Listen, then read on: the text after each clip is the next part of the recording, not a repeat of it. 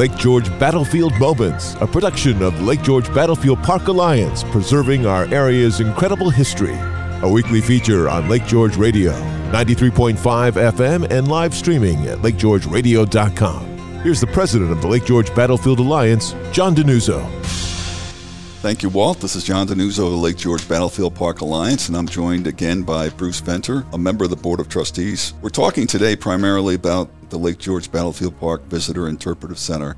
We're about to open for our third season. Next Friday, May the 24th, we'll be open 10 until 4, Friday, Saturday, Sunday, through the rest of May into June, plus on Memorial Day, where we have some other special programming happening. We've had an amazing success with the Battlefield Park Visitor Center over its first 2 years. So we're real excited about reopening the door and letting people in. Bruce, as a noted historian, what kinds of things in the Visitor Center are of most interest to you?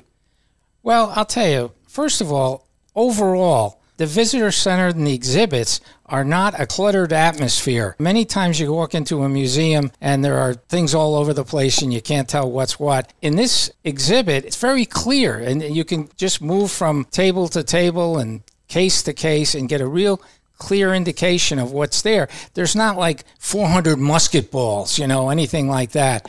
I think most of our artifacts came from the New York State Museum. One of my favorite artifacts is the compass that we have that was found on the battlefield when David Starbuck did his archaeological work. The State Museum has curated it. If you look at that compass, there are Roman numerals on there of the number 29, which means the 29th Regiment of Foot.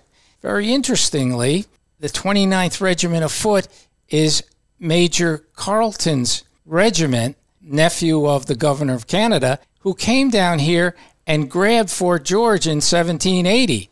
And so is it possible that Carleton dropped his compass on the grounds and that was discovered 250 years later? Basically, compasses would only be owned by officers. There's a good likelihood that that might be a Carleton compass. A couple of the other things I like about the exhibits are the dioramas. We have a wonderful one that was donated to us from the Adirondack Museum, or the Adirondack Experience, as they call it now. And it depicts General Abercrombie's expedition in 1758 going north on the lake to capture Fort Caroline, or Fort Ticonderoga, as we call it today. That diorama is spectacular. One of the most heartwarming things to us and the Battlefield Park Alliance is that seems like it's universal. No matter how expert you are, we have certainly noteworthy historians who visited the Visitor Center, as well as people who amble in on a rainy day because they couldn't go to the beach. Everyone likes it.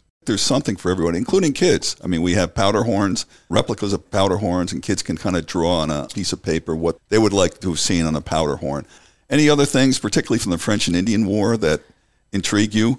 Well, what we acquired last year were 2 mortar bombs that weigh about 160 pounds each. Apparently, they were found in the lake on a sunken boat. They obviously were part of the 1757 siege of Fort William Henry. Whether they're French or whether they're British, I don't think it's been determined yet. But those things are really amazing to see if you right up close. And right now, they're laying on the floor, so you can actually touch them if you want. So there's no charge for coming. We also do a tour every Saturday starting at 11 o'clock in the morning, a 1-hour free tour of the Battlefield Park, where we point out to the statues and the remnants of ruins of Fort George and the stockaded fort, the models of the forts. I mentioned the 2 forts that existed. You can still see the ruins of Fort George, but you can also see a model in our visitor center of what it looked like when it was constructed in 1759. Similarly, the stockaded fort, which time has completely overcome, and that we have a model of, and that fort was overlooking the lake at the northern crest of the park. So they built that stockaded fort, dismantled it at the end of the season in late 58, and then rebuilt it with the same timbers, basically, at the beginning of 1759. That and the sinking of their boats in the fall of 1758, so they wouldn't be ravaged by the French, by another French attack that never came to Lake George, are just fascinating. And we also have storyboards, which have images on them and have narrative on them.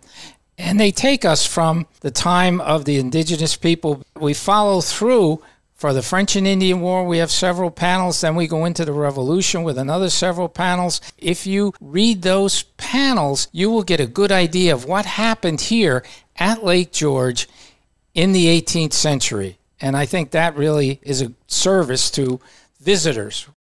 Come on in. We're free. We're open from 10 until 4, beginning next Friday, May the 24th, Friday, Saturday, Sunday, the Memorial Day holiday, 3 days a week until the end of June, and then we go to 5 days a week. So for more information, just email info@lakegeorgebattlefield.org.